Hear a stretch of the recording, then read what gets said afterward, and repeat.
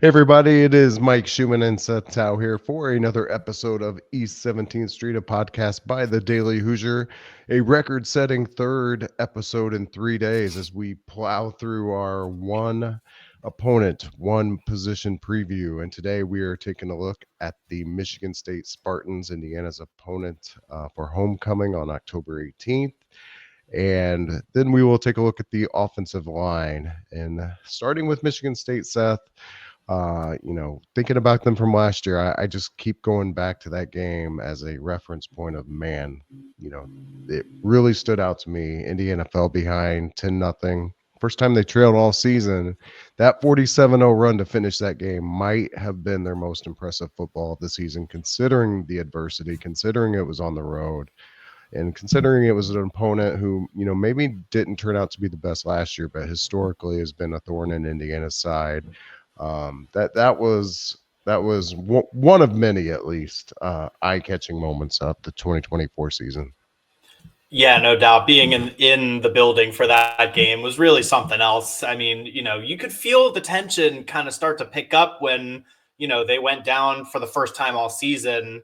It was like, okay, now how are they going to respond? And then became 10-0. It's like, okay, pressure's on now. Let's see how they answer. And it was a total butt whooping the rest of the way. I recall the sequence I recall from that one game. I think Amari Farrell may have had. Did he have 2 interceptions that game? If not, Seems like he might have. He had a big game. And Mikal Kamara, that was maybe his best game of the season. He had a sequence in like one series where he had like maybe 2 sacks and a TFL in the same series.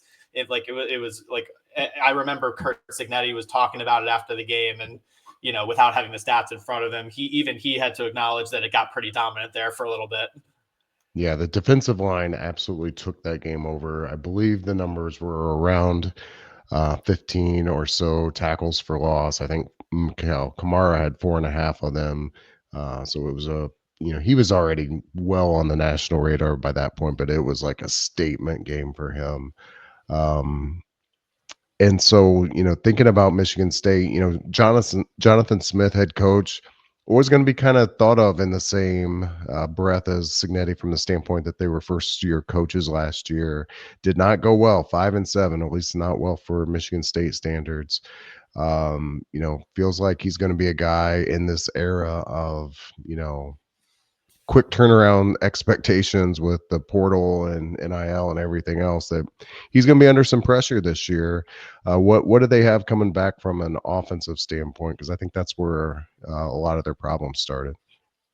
Well, they have a lot coming back. They're pretty high up in terms of return. Bill Connolly, ESPN, returning offensive production. They have 71% returning production. That's 16th in the country in terms of offensive returning production, which, I guess you then ask the question, well, how good is that production that's returning? Right. And that's the ultimate question. And it starts with quarterback, their quarterback, Aiden Childs. Yeah, he was really volatile last season, I think, to put it kindly. He can run the ball, and, in building that 10-0 lead they took on Indiana last year, you could kind of see it a little bit that, he's not going to, fool anybody for saying he's Lamar Jackson, but he can make some plays with his legs, and he can cause some problems. But especially throwing the ball, he was really volatile. He was, 12th in the conference, just over 200 yards per game. And he threw 11 interceptions last year. And for Michigan State's offense to be any better, they're just going to need him to be better this year. I think our listeners are going to start like a bingo game. Like, how long does it take Seth to mention Lamar Jackson? How did he wear a Ravens shirt? It's just the standby for a running quarterback. Yeah, and he's back this year. Obviously, he came over from Oregon State with Smith, so it's clearly a guy he trusts, and you can see his potential in that Indiana game. With that 10-0 lead, he made some plays with his legs. He threw a couple beautiful balls, but it's like, man, once Indiana got into his head a little bit, it's just like he had absolutely nothing to offer, and he ended up getting benched that game. Yeah, yeah. I mean, the rushing numbers, honestly, for his rushing numbers for a quarterback, because, keep in mind that, rushing numbers for quarterbacks in college count sack yardage as negative rushing yardage. Right. So for him last season to finish, he finished with positive 225 yards on 97 attempts. Again, that would include sacks, but, considering that he did get sacked, he did take some sacks. Like, he can make some things happen with his legs. I think he's just coming into this season. He needs to really figure things out in terms of the actual passing game. And I was looking at your notes here. It says MSU has one returning starter on the offensive line. I mean, I guess you could almost say is that could potentially be a good thing. At least how they looked against Indiana with 4 transfers in the room. I'm putting you on the spot here. I don't know if you recall anything on your research about were those like starter caliber transfers. If you don't know, we can come back to that point, because I think If that's you give me a moment, I can find out. yeah, because I think it wasn't just the Indiana game where they struggled, and I think it reached its climax in that game. But I think a lot of running quarterbacks will run instinctively, but I think Childs was like on the run because he was under a lot of pressure as well. So for a guy who's not like a natural drop back passer with that, elite processing ability, I don't think it was a good mix. So that's something to keep an eye on. We'll come back to the offense when Seth's ready. On the defensive side, 62% coming back, which is 35th in the country. So overall, Michigan State, second year head coach, pretty good returning production across the board. So there is definitely the potential for them to be better than they were last year at the very least, assuming Childs can take a step forward. Yeah, no doubt. I'm still plugging away trying to find the answer the offensive line question. One of the they have the one returning starter. It looks like it, and this is based on definitely don't quote this as gospel, but the Our Lads projected depth chart. One of their projected starters is like a returning player that wasn't a starter last year. So it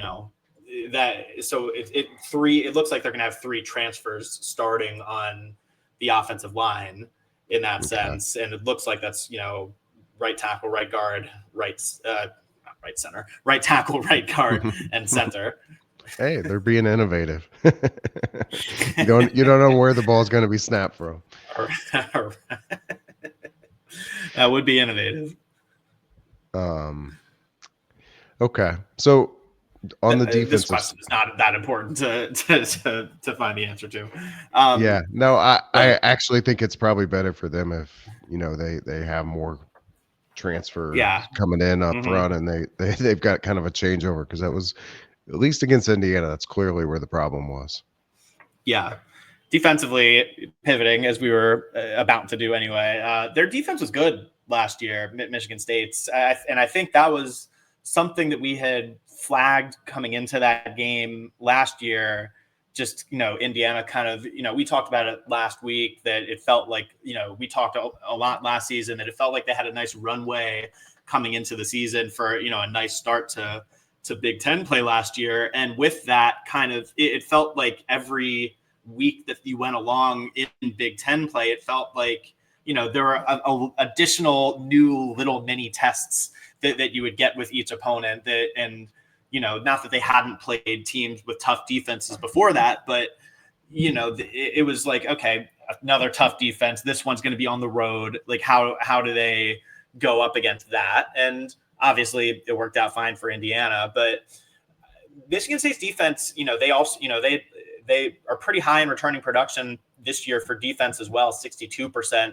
That's 35th in the country. And to note also, like, one of the things that Michigan State's defense struggled with a lot last year was creating takeaways. They only had 9 total takeaways for the whole season, but that's the sort of thing that, like, that can be very luck based. And, if you're a defense that had a ton of takeaways the year before, that honestly could indicate some regression, on the way. And if you had a low takeaway count the year before, maybe that indicates that you are due for some positive regression coming, because it can just be very luck based. Like, you can put yourself in the right positions all you want, but sometimes it's just about, the offensive player making a mistake or the ball bouncing the right way for you, and just things that you can only control so much. So I think things are promising, at least for Michigan State defensively.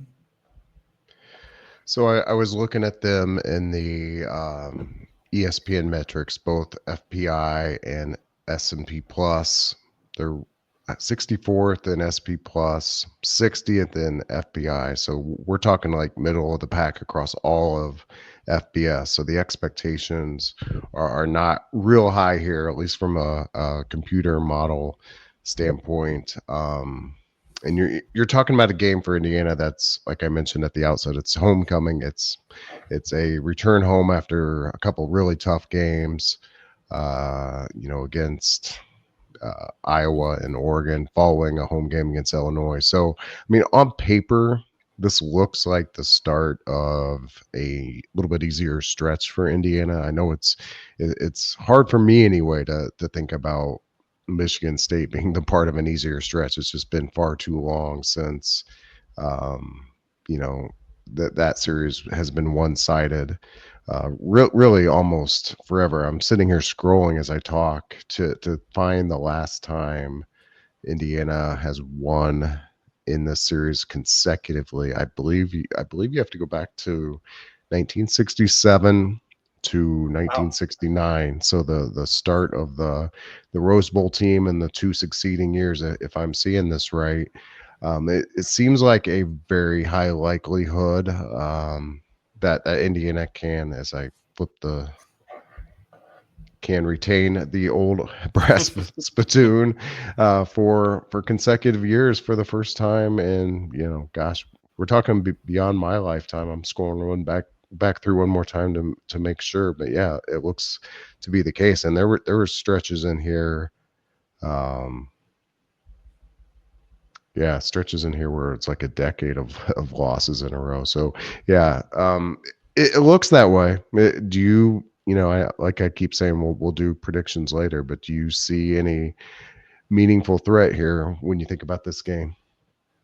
I mean, I think to put it succinctly, no, I don't really see much of a threat for Indiana in this game. I think there's a chance Michigan State could be better this year, as a team, mm-hmm. But I don't know that being better for Michigan State is really going to translate to keeping it competitive with a team like Indiana. I think their more realistic goal for this season is probably just get back to a bowl game if you're talking Michigan State. And that's right. Possible. They were 5-7 last year. So flip 1-2 games around and, you're right there for a bowl game. But even that still, that may not even get you into the top half of the Big Ten. Right. So I think that pretty much covers things for Michigan State. I think we can pivot to the Indiana offensive line. And I'm very intrigued by this group, I have to say, because you don't often hear Curt Cignetti. I know we haven't been covering him all that long in the overall scheme of things, but you don't hear him kind of showering praise on a group. And I'm probably overstating that, but I have heard him say on multiple occasions that he thinks this offensive line group in 2025 is going to be improved. I think he may have even said significantly improved at one point. So he clearly sees something, and they lost some key pieces from last year. There's just no doubt about it. Starting center Mike Kadick, I believe, got some Big Ten recognition. I believe maybe second team at one, either coaches or media. Trey Wettig is with the Rams currently at their training camp, was a very key piece of the puzzle at right tackle. They're both gone, but they did make some major additions as well. They added Pat Coogan from Notre Dame, who by all accounts is expected to be the starting center. Khalil Benson is a boomerang, started his career at IU. transferred out to Colorado and is now back for a 6th year of college football. And then Zen Mikowski is an in-state guy from down in southern Indiana who has been at Ohio State throughout his career and is now going to, looks like, step into that right tackle spot for Indiana this year. So they went out and got some really important pieces. And I guess, we won't know until we see them really tested, probably in week 4, whether or not what Cignetti is suggesting is true. But what's your reaction to him saying something like that in the first place? And second of all, have you seen enough to form your own opinion on whether or not you agree? I mean, you're right that he doesn't, he's not one to constantly shower people with praise and position groups, but I mean, I don't know that they absolutely could have one of the better offensive lines in the Big Ten this year. I would hesitate to say they're going to have, I don't know that they're going to be the best offensive line in the Big Ten, but I think there's a decent scenario where they can end up in certainly the top half, top third, of the Big Ten in terms of offensive line production. There's still some question marks I have about the group as a whole. But I mean, certainly, Carter Smith is looking like one of the best left tackles excuse me, one of the best left tackles in the Big Ten in the country. I mean, he's kind of a rock there on the blind side for you. Getting Drew Evans back is really big. It was definitely not a certainty that he was going to be back ready to roll as early as he is. And I mean, he looks good to go for the start of the season after his Achilles injury last year. Coogan, nice strong pickup out of the transfer portal. Looks, I always say that he kind of looks the part, but I mean, he's a big dude at center, and he's definitely the type of leader that you want. He's a vocal guy out on the field, and that's always helpful to have out of your center that can kind of be right in the middle of the action, the one that's snapping the ball, obviously. Mikowski, in theory, I think is a nice addition. He's probably the biggest question mark I have just on the line in terms of, I think it was in pass pro. Yeah, in pass pro, he's a major question mark. He has not graded well in the pass pro at any point really in his college career, and not just being like kind of mediocre, not great. Like, he's been really rough in pass protection, Mikowski. And look, I believe the didn't he get kind of thrown into the fire out at Oregon last year? Am I thinking about that right? Like, it was a situation where somebody got hurt and he got thrown in there mid-game. So that could have played a role. Tough environment, tough opponent, wasn't necessarily expecting to play. Sure. And as I was going to say, I don't even, numbers aside, grades aside, Indiana wouldn't have, it cannot possibly be anything that Indiana didn't know about when they were targeting him. And they wouldn't have brought him in if they thought whatever issues he had weren't solvable, weren't fixable, if he couldn't be coached out of whatever issues he was having. I also just think, we can watch as much practice as we want in the offensive line hitting the sleds, but specifically with the offensive line, it's so hard for us to really judge any, we can watch the wide receivers run routes and see, LeBron Bond's speed pop out at us and be like, oh, that's a guy who could do something for, this year. It's so hard to tell with offensive line until we see them in a game against, other teams, because even if the offensive line is going out, in an 11 on 11 setting, they're not, going up against your own team. It's just different. It's just different, especially in practice where, you're not, the quarterback isn't really going to be getting hit. People aren't going to, it's just, I need to see it in game mode from, not just Mikowski, the entire offensive line, before I can really pass true judgment.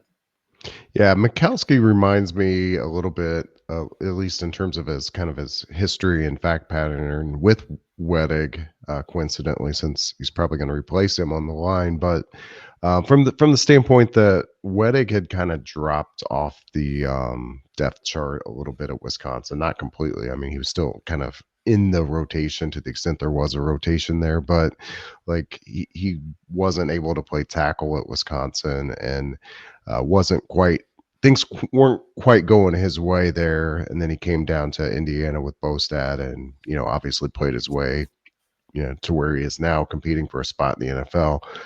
And Mikowski, obviously getting recruited to Ohio State, seeing the field at Ohio State, he's obviously a very talented guy. Just has to have the right fact pattern, the right scenario, the right opportunity in front of him. So I could see it working out for him, but I agree. Like you just don't know until the lights are on and these things count. You mentioned Drew Evans. Like, I'd be curious. Like, I think it was around this time last year we all started to realize that he was going to end up starting. But before that time, like, to your point about, watching guys hitting sleds, it's like there was nothing we could have seen Drew doing in fall camp last year that would have said, oh, yeah, like he looks different. He's going to play. Like, in my mind, he was a former Wisconsin walk-on that had a long path to ever see in the field. And, obviously they saw something. So you just never know with some of these guys. And it could end up that some of the younger guys that I want to get to could end up seeing the field more than we're thinking right now. Because Evans is an interesting case.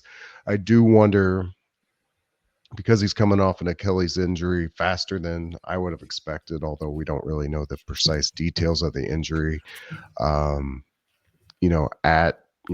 6'4" and over 300 pounds, you just don't think of guys being ready to play off a major Achilles issue, whatever it is, 9-10 months later. And he's been going at it at fall camp. I thought something he said in the press conference a week or two ago was interesting, that he conceded that he's not where he wants to be from a, I don't want to misrepresent what he said, but I think it was like strength in his injured calf versus his healthy calf. So there's some clues there that he might still be, even going into the season, kind of playing his way back to full strength. And these first 3 games might be an opportunity for other guys competing for spots and roles to get a lot of snaps. Yeah, it wouldn't surprise me at all if they're cautious with Drew Evans at the start. And it's tough because there's a healthy balance you want to have there between you. He could probably use the reps to kind of get himself back to full strength. All the reps and all that help him, but you don't want to overdo it. And, just the reps on the field help just as much as, the weight room and the physical therapy and all of that. So it's a fine line, but I'm sure that they're going to be as cautious as possible with him, especially through these first 3 games in the non-conference, where Indiana should be cruising in all of these games. And I cannot imagine that if they get up by, several scores, that they would be uncomfortable putting in, some of those redshirt freshmen on the offensive line to both keep Evans, protect him from himself and protect him from, the injury risk, and to give those twos a shot. I know you're a lot younger than me, still in your 20s. Do you remember a time watching football where people made a big deal about teams having offensive linemen that were 300 pounds, or is that just kind of like at your age, like it's just kind of understood and expected and not noteworthy? I wouldn't say it's noteworthy. And the difference between 300 and 295 is so, is it really that big of a difference anyway? Yeah, I guess what I'm saying is, like, when I was probably your age, like if an Indiana had a couple 300-pound offensive linemen, that in and of itself would generate media buzz. Whereas now it's like, well, if you want to compete in the Big Ten, you better have, 5 guys out there that are 305 plus. The reason I'm raising it is because I was looking over the weekend at, how much weight these redshirt freshmen have gained. And I noted that after looking at pretty much the whole roster, that Indiana had 13 offensive linemen that were over 300 pounds. It stuck out to me for the reason I'm saying, like, there was a time when you had a couple of them, that was a big deal. Or if your starters averaged 300, that was a big deal. But now, like, these guys, the red shirt guys, have come in and over the course of a year gone from like 280 to 305. And the guys that came in early and are just true freshmen on the roster, there's multiple true freshmen on this roster that are over 300 pounds. So the point in saying it is, like, from a physical readiness, at least weight. I don't know about like technique and skill and a- um, all of those other things, but at least from a just a pure size, that is kind of the floor of what you have to be to play in the Big Ten. They've got a lot of options here. Yeah. And I mean, and in terms of the size, so much of that, I think, even traces back before college, because I think you probably see kids that are in high school that start to realize their potential on the offensive line, and coaches that see kids' potential on the offensive line. And not that you're seeing kids bulk up over 300 pounds regularly, in high school, but if you have some offensive linemen that have some future potential, but they're sitting closer to like 225, 230 in high school, you may have coaches coming in and tell them, look, like, if you're going to be serious about playing, offensive line in college, like, I need you to come back to me next summer at like 275 or Yeah. 250 or something like that. And you just, when you have things like that happening at the high school level, then it makes getting up to the 300-pound level a little bit easier when you get to college, unless so you're not coming in with 75, 100 pounds to put on to be able to compete. Right. Right. I don't want to pass on Bray Lynch here, another starter returning at guard. Um, kind of similar to Drew Evans last year. Those guards spots were really, going into fall camp last year, weren't real clear how that was going to play out. So he's another veteran guy coming back as a starter that, should provide more continuity there. Um, what the kind of the wild card here, because I think Indiana, if you talk about Smith, Evans, Lynch, um, Coogan, and Mikowski, the wild card is Khalil Benson, as I mentioned at the outset. This is his 6th year. He's actually the heaviest of all on the offensive line at 319.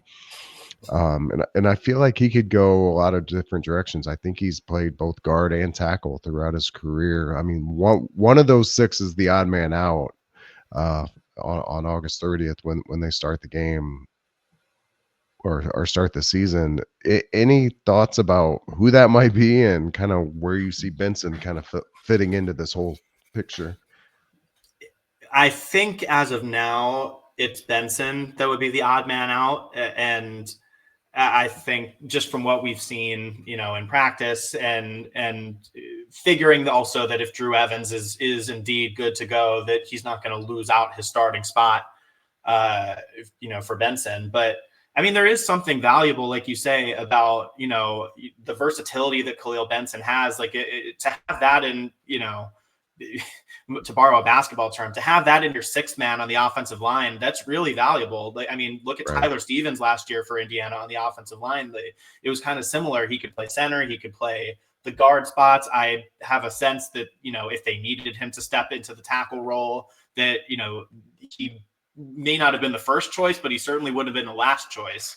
And there's something to be said for that, to have a kind of do it all, somebody in that 6-man role who can come in and play almost any position on the offensive line. That's really valuable. I mean, Khalil Benson, might not end up starting, but he's going to see the field plenty for Indiana this fall, just because of that versatility. Because whether it's somebody somebody needs a blow for a series, somebody gets banged up and comes back into the game, like, to have somebody like Benson, who's I've noted that the depth behind Benson is very inexperienced, but to have somebody like Benson in the 6-man role, who's an experienced guy who's played a lot of college football and can play so many different spots on the line, that's valuable.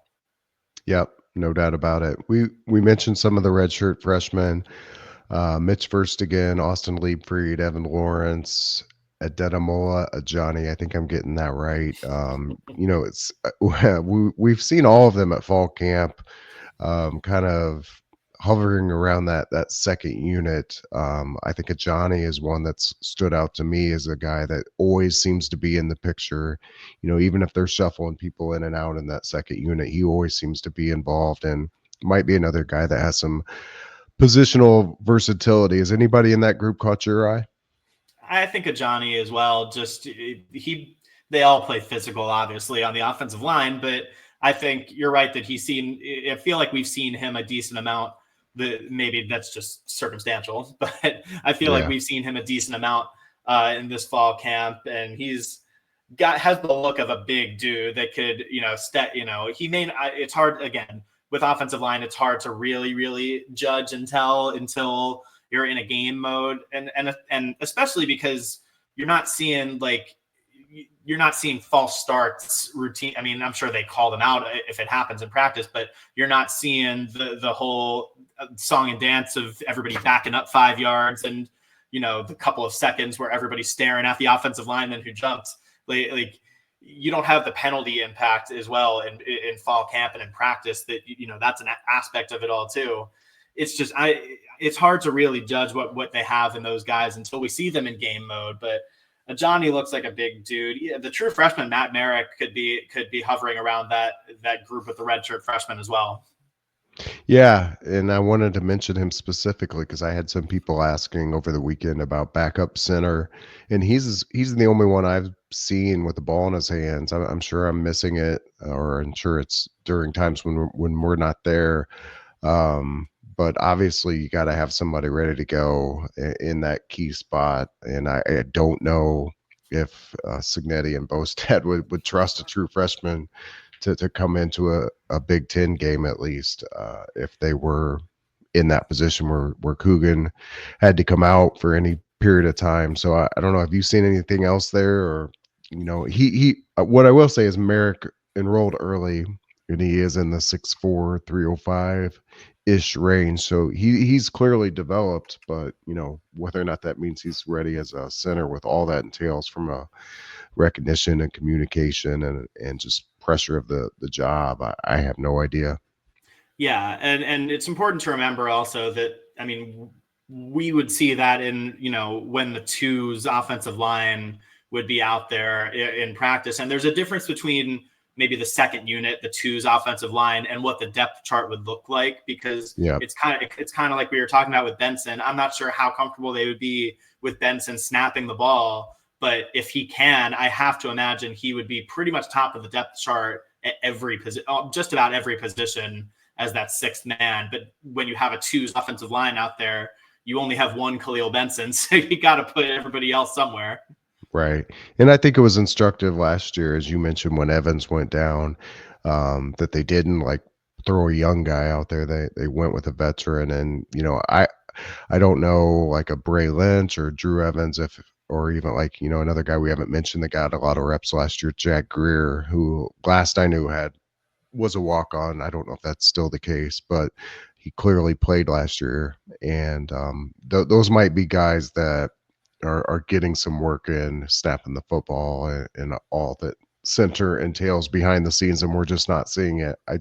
I have a hard time believing that they would hand that over to a true freshman if that situation popped up. Yeah, the other noteworthy thing is kind of got at with the situation last year also was that, I mean, not only did they go to Tyler Stevens there at left guard, but Stevens was a guy who had played center before, and Mike Kadick at center, he had played guard earlier in his Indiana career. And I think we had started asking, could they be shifting Evans or could they be shifting Kadick over to guard? You bring in Stevens at center, or you put somebody else in at center. They kept Kadick at center and put Stevens in at left guard. So it kind of tells me that unless it's absolutely necessary, I feel like once you have guys in these set roles for most of the season, the coaching staff probably wants to keep these guys in the roles they've been at all season, instead of, if something was to happen to one guy during the season, instead of kind of moving around a ton of pieces just to account for one injury, Right. Yeah, no, absolutely. To kind of wrap up here, I think the thing that stands out to me as we talk through all these guys and just think about what happened last year, just the overall depth, I think, is there. I think that if they're not any better, with their first five compared to last year, I think they are better from a depth perspective. So I think they'll be able to handle situations that come up over the course of a year better than they were a year ago. And I'll just defer to Cignetti on, whether or not they can actually perform better. Because what we're really talking about here is the marquee games, the Illinois, the Iowa, the Oregon, Penn State. Those are the games that are really going to decide whether or not Indiana has a better offensive line this year. Yeah, no doubt. And obviously it's a situation they hope they're not going to have to, the pitfall of experience is such a double-edged sword, because you need to have these kids out there to be able to get that experience. But Indiana also is going to hope they don't have to turn to those kids very much this year. So Right. it's an inexperienced, the depth behind Benson is inexperienced, but like I have said a bunch of times, we won't really know what those kids are capable of until we see them in a scenario where they're in game mode. And we even, we'll see some of those guys on the field early in the season in those non-conference games, Yeah. the Indiana States of the world. But even then we'll see them, but it's only, you can only take so much away from that, where you're entering a game that's already, second half already a blowout. Indiana State might have its twos in by that point too. So it's just a lot of grains of salt with offensive line, particularly. Yep, no doubt about it. But we will find out very soon, and I think we'll wrap it up from there. Until next time, which could be very soon as well, as we continue through this series. He is Seth Tow. I am Mike Schumann for the Daily Hoosier in East 17th Street. We will catch you all later.